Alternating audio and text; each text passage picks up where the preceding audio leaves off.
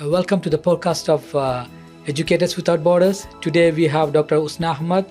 She is from Birmingham University, and also she's working, having her own organizations, especially NGOs, and working with the different continents and people. Let's hear from her about this cooperation and leadership. Please. Assalamu alaikum wa rahmatullah. It's a great pleasure to be with you on this podcast today. Yes, my name is Professor Husna Ahmad, and I'm an honorary professor in practice at UCL, London University, as well as an associate professor at Birmingham University. But my passion is my INGO called Global One 2015. We've been running over 10 years now. We're headquartered in London. And we have 7 country offices throughout the world, particularly in the global south. And that's why I resonate more with Educators Without Borders, because of the fact, the work that you're doing is outstanding. And, I think it's really, really important. Thank you. Thank you so much. Could you explain, how working in global south and housing or headquartering UK, how do you feel? I think what we need to recognize is that the world now is a global village. Especially with technology and digital media and the connectivity that everyone has. You'll see particularly with the millenniums, how they are so savvy with tech. So it's easy to get information from one part of the world to the other. And what people are recognizing more and more, I'm very much in the environmental space, the climate change space. And what people are recognizing more and more is that the global south is having to bear the brunt of the climate change catastrophe which is coming upon us because of the industrial revolution, because of what the West and the northern countries have done historically over 200 years. And what we need to look at, and I was really pleased when I was in Dubai at COP28 last December when the President Sultan Jubair, when he announced the loss and damage fund, because I think that's absolutely critical, because the developing world or the global south, they need funds and support to be able to do mitigation and adaptation projects and, really support their countries in terms of the SDGs, Sustainable Development Goals. Thank you so much, because I see this is a great thing that, you bring all the expertise from the West and help the people, especially in Africa and Asian regions. Could you give more detail, what are the things you do, especially in leadership, Yes. What kind of work? I think for me, what's critical is our organization, Global One 2015. It's a Muslim women-led INGO, and we're very much focused on women of any faith, religion, ethnicity, age. That's irrelevant. What is important is bringing dignity and honor to women, whichever strata of life they're in. One thing that I was saying I'll give you one example, if I may. We work in the Rohingya camps in Bangladesh in Cox's Bazar. So I was there just before COVID, I was there. And we do something called a box for life, which is like a small cot to give to the mothers who have had their babies for the first 6 months of their life. So with that, we give food for the mothers, we give, nappies and clothing, and et cetera, for the babies. So, one of the babies that I was giving the cot to, I was asking the mother, so what's your baby's name? And she said to me, my baby's name's Habiba. And I started crying. And, I said that at that time, I think my daughter was about 17 or something like that. And her name is Habiba. And I was thinking, subhanallah, my daughter, her destiny was to be born in the UK, in London. She's now finishing her computer science degree.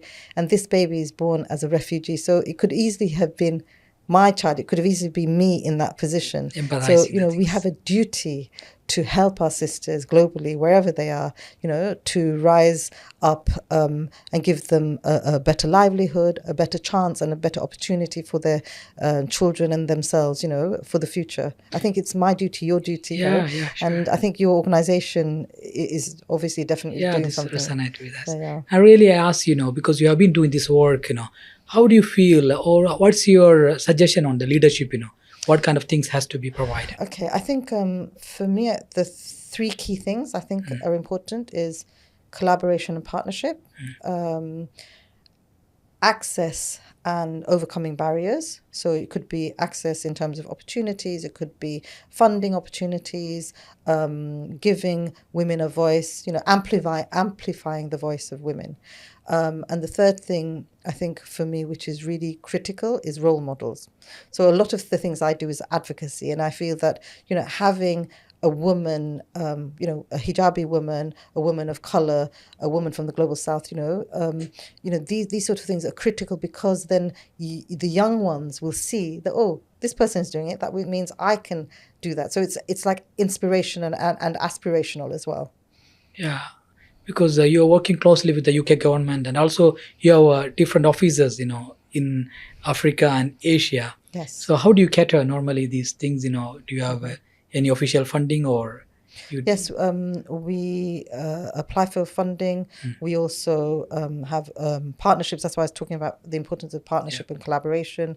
One thing that I do feel is missing, though, is that in terms of particularly the Muslim charity sector, the importance of advocacy and policy is lost on them. So it's very few organizations that will actually be doing advocacy and policy. But for me, my perspective is that, by doing advocacy and policy, your reach is far further. It's much further. You can,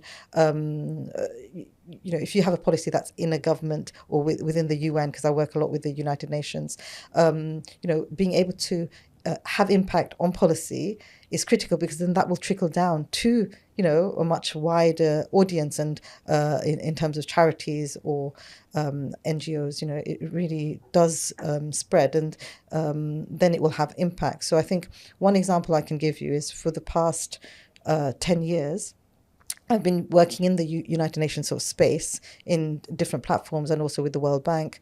And what I'm seeing is that they're recognizing that if we are going to tackle climate change, the only way that we're going to tackle it is if we have a whole of community approach. So every aspect, whether it's government, private sector, member states, the civil society players, we all have to come together to be able to have impact. So the faith-based organizations like my organization, Global One 2015, we're able to have our voice, and we're able to really steer this discussion forward.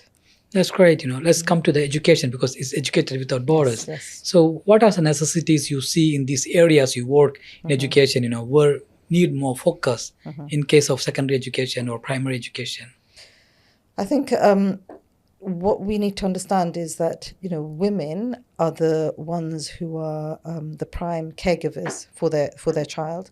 So if we can help a woman to get an education, then, that sort of really will help the family unit, whether it's, to help the woman with training, giving her life skills, livelihood skills. So, because what we want is, we don't want to be constantly giving out handouts, whether it's food or wells or, shelter or things like that. What we want to do is we want to make people independent. So the way to do that is give them livelihoods and give them training, give them the skills that they need to be able to do this.